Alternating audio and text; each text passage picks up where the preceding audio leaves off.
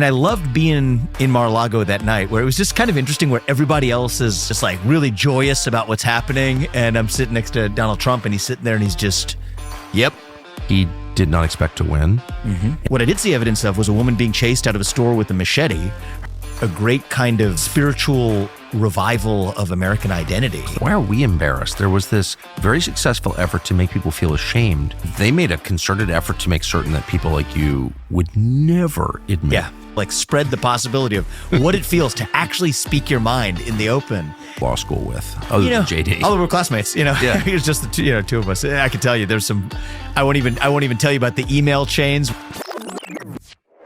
A couple of days ago, Trump announced on Truth Social that Elon Musk and Vivek Ramaswamy will be heading the advisory commission called the Department of Government Efficiency, aka DOGE. Anybody who followed Trump's campaign closely would have expected Elon Musk to be doing this. But Vivek Ramaswamy, I didn't know he was going to be involved, and it's very, very good news to hear that he is. He's been making some appearances and giving us some insight into what's to come and what's going on behind the scenes, etc., which is quite interesting. I'll show you what he has to say in a moment, but just as an overview for anybody who isn't particularly familiar with what's happening there. They're setting up a temporary advisory commission. So it's not an official department within the government, but they're going to be providing recommendations to the White House and to the Office of Management and Budget. And their hope is to kind of make a dent on some of the debt, the massive amounts of debt that America is in at the moment. So here's what Vivek is saying they're going to do first. He's talking about $2 billion in cuts by identifying waste, fraud, and abuse. Is that a realistic number? That's a big number. Yeah, $2 billion isn't a big number, but $2 trillion is, Sean, and that's what we're looking at here. Look, $2 trillion. I stand corrected. No, I want to be very clear about the scale. I want to be very clear about the scale that we're thinking here. We're not thinking small. We're playing big here because we have a once-in-a-generation mandate right now. The American people have voted for drastic reform of the government, and our federal government is broken. It's no secret that it is a fourth branch of government, the administrative state that makes most of the rules, that creates a federal bureaucracy that's hampering our economy. So what do we want to do? We want to go in and slash and burn that bureaucracy to help Americans, stimulate the economy, and to restore self-governance again, Sean. The people we elect to run the government, they're not even the ones who run the government anymore. It's these unelected bureaucrats. Republican politicians have talked about fixing this for a long time, not with a lot of progress. We're assembling the brightest minds in the country. This is the equivalent of a modern Manhattan Project to take on, I think, the major problem holding our country back. It's the federal bureaucracy. Target that cost, save the money, restore self-governance. And Sean, I think we did something pretty novel here, if I may say so. If I just want to say is this Department of Government Efficiency, it is built with an end date. We want to be done by July 4th, 2026. So for the first time in history, creating a department, creating a new government project that is designed to end when its work is complete. That's on the 250th anniversary of America's Declaration of Independence, and that's the gift we want to give this country. Look, we got a long list, and a lot of this is to stay tuned for what's coming on January 20th, because some of this we do want to come as in a big way swinging on day one. But I'll give you some examples, Sean. Most federal employees right now, most Americans don't recognize this, they don't even show up to work. So if you tell people you have to affirm that you want a job, that you have to show up to work 5 days a week, how many of those employees are going to quit right out the gate? That's a question we should ask. Those are the kinds of inefficiencies, low-hanging fruit, that Democrats and Republicans or black or white Americans alike can agree on. We should not be wasting that kind of money as a federal government. And so in that sense, tackling this kind of waste, fraud, abuse, bureaucratic bloat, we're going for the stuff that's basic common sense that most Americans actually agree on.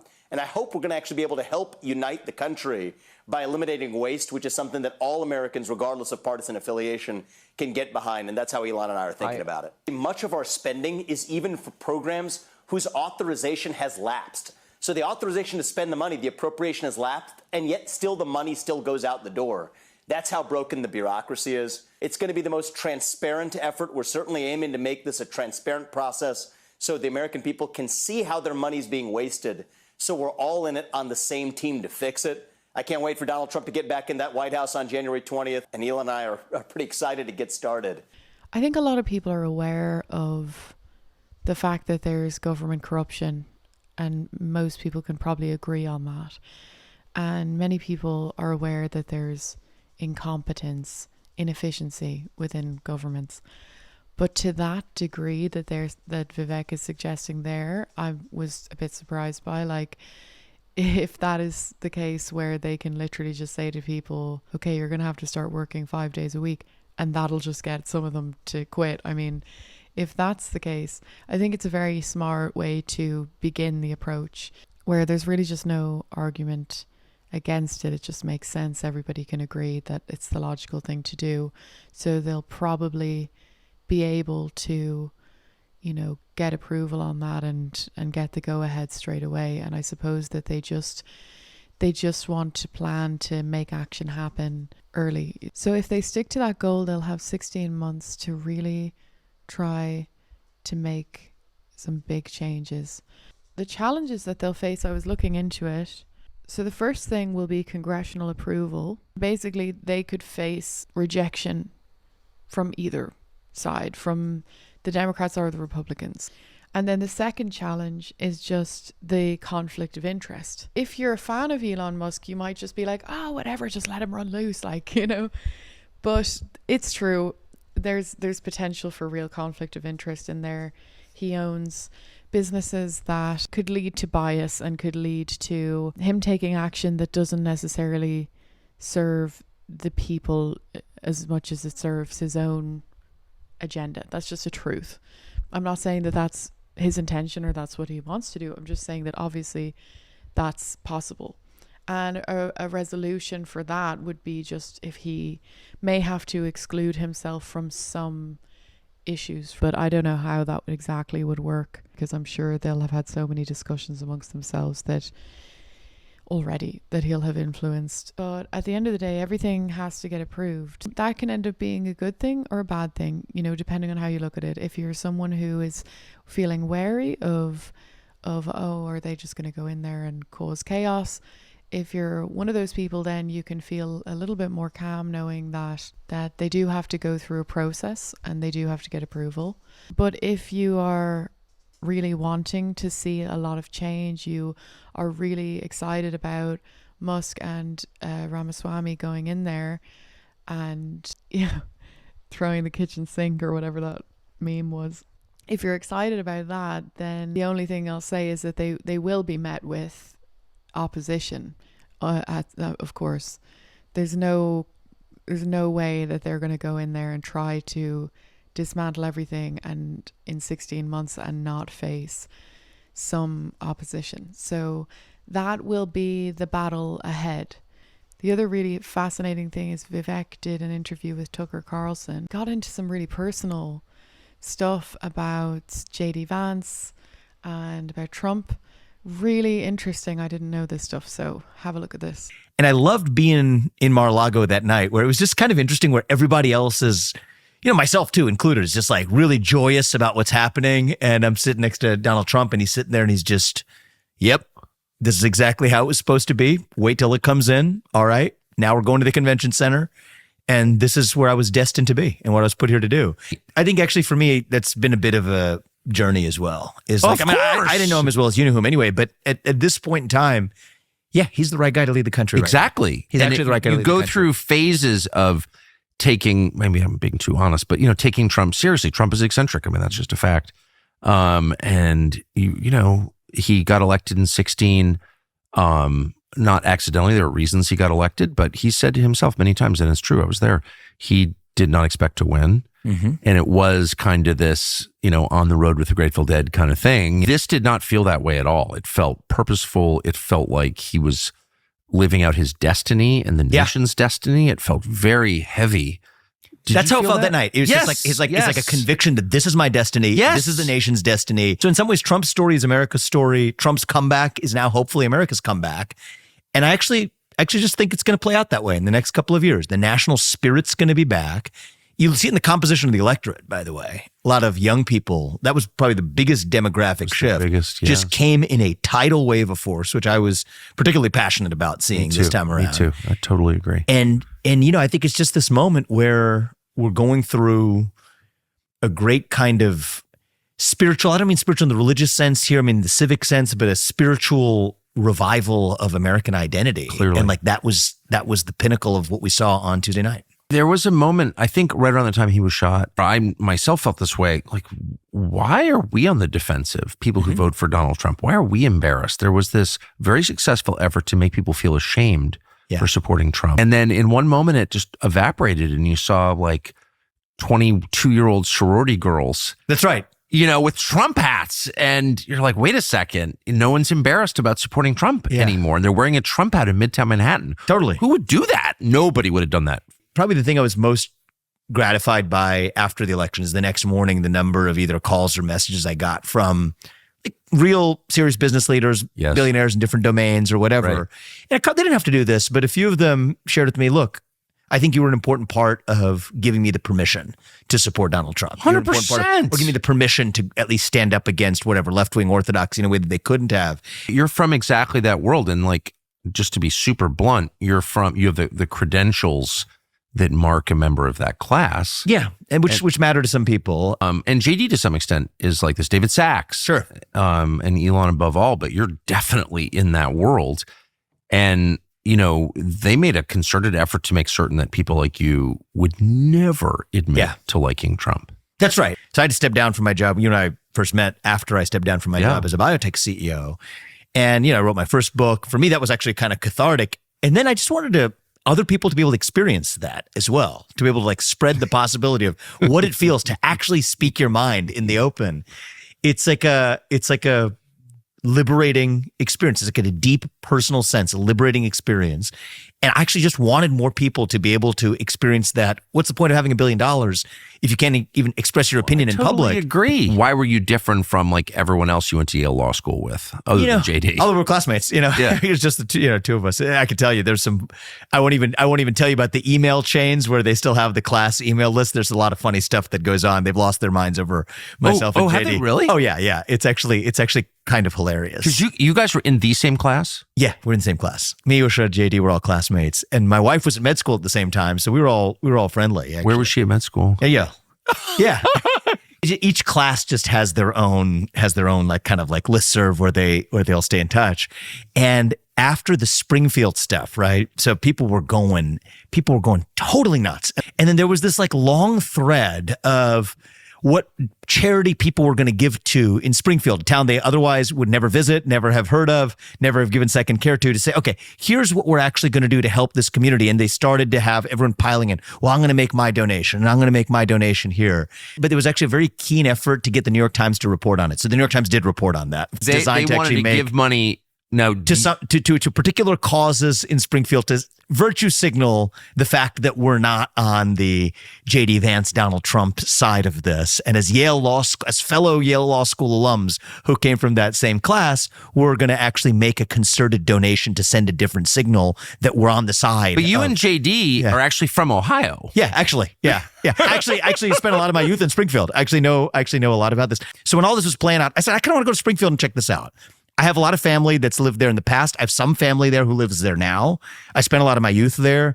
There's this place, there's a sub place that I used to go to, like, when I used to play tennis at Wittenberg every summer, which is the university in Springfield. So I've spent a lot of time there growing up. So I said, I live like 50 minutes from there right now in Columbus. I grew up in Cincinnati. I live in Columbus. Springfield's literally on the way right in between. Like, let me just go check it out. So 2,000 people show up. But they couldn't hold 2,000, so the rest were lined up outside, and people just wanted to be heard. Did I see evidence of cats and dogs being eaten? I didn't see evidence of that. What I did see evidence of was a woman being chased out of a store with a machete, her dog by an illegal immigrant who was in this country, which didn't get reported on by the news at all, but was a function of a woman who actually came and told that story of her daughter, who was literally being chased with a machete out of a grocery store, called the police, and the police didn't show up for hours, and they didn't follow up with an investigation either. So I thought people deserved to hear. The police did nothing. That's what she said, and I have every reason to believe her. So anyway, against that backdrop, I also wanted to do something positive for the community. Having shown up in Springfield, there's obviously a strain on local resources, so I wanted to make a donation. And as you said, I've lived the American dream. I wanted to make a $100,000 donation, right? And so to help that for my family, that's an easy thing we were able to do to help a local community. Where's the strain? So we find where the local strain points are, access to local primary care. And we tried to make a donation in conjunction with my trip, but the organization did not want to accept the donation that our family was about to give. Here is somebody who is living in Ohio, has lived the American dream. I want to actually use a small portion of what this country's given us to help a community that's important to me in the area of healthcare, where there were a lot of strained resources, in part because of the large numbers of people who've been, moved to that community. And I didn't even have the ability to help the community that way. Why? Well, they didn't provide a great explanation. So they turned down $100,000 donation? Yeah. Well, who would do that? I mean, an administrator, I suppose, but Because of your nonetheless, politics. I can only assume. But afterwards, I told people that I was going to help support Springfield, so I wanted to follow through on that. So we found a couple of other charitable causes to donate to, in totaling $100,000 to help Springfield, and one of them was a crisis pregnancy center. I'm pro-life, and we wanted to at least help people get to, strains on the system. It's a different area of healthcare where we thought there were strains on the system. I actually surveyed a lot of people in Ohio and in Springfield privately who I knew, where could I have an impact? And they gave us this as a resource. So anyway, to bring this back to the original story, we have this law school listserv where they've made a donation to, I think it was a left-leaning group that had a lot of woke stuff on their front page. And they made the donation. They got a bunch of people to sign on, and every time somebody donated, they would reply all and say, "I have also donated." And there was a certain pride and sanctimony in that. They got the New York Times to report on it. They got MSNBC to pick it up. So there's a lot of media around. That's crazy. Comparatively, not quite as much money being raised, even, but that's beside the point. And so I'm on this list, having to sort of see my inbox repeatedly flooded with every other time somebody made a donation. So I just sent a note, because maybe there's people who have a different point of view from supporting exactly the cause they put up. So I included a link saying, for those who want to support Springfield, here are some other alternative causes that you might wish to support. My family and I were pleased to support the community. They lost it with respect to a crisis pregnancy they center. didn't like Actually, that? they didn't like it very much. What did they say? They saw it as a insult. Actually, they felt personally insulted that I was going to exploit their good feeling about Springfield and the attention they wanted to draw by supporting it, by offering a very different kind of cost. But a beautiful thing happened, because this goes to the same trend you and I are talking about. There were actually a lot of my classmates who I know lean left of center, who then came out and were just like, well, have you ever considered the fact that we might also have classmates who have a different point of view on these questions?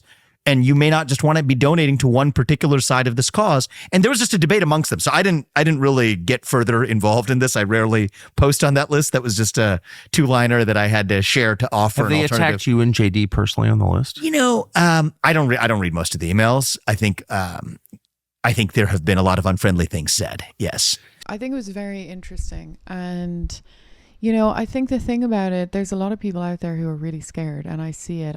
Last night I saw it in my comments section. I was talking with someone who is absolutely terrified of Trump coming into power.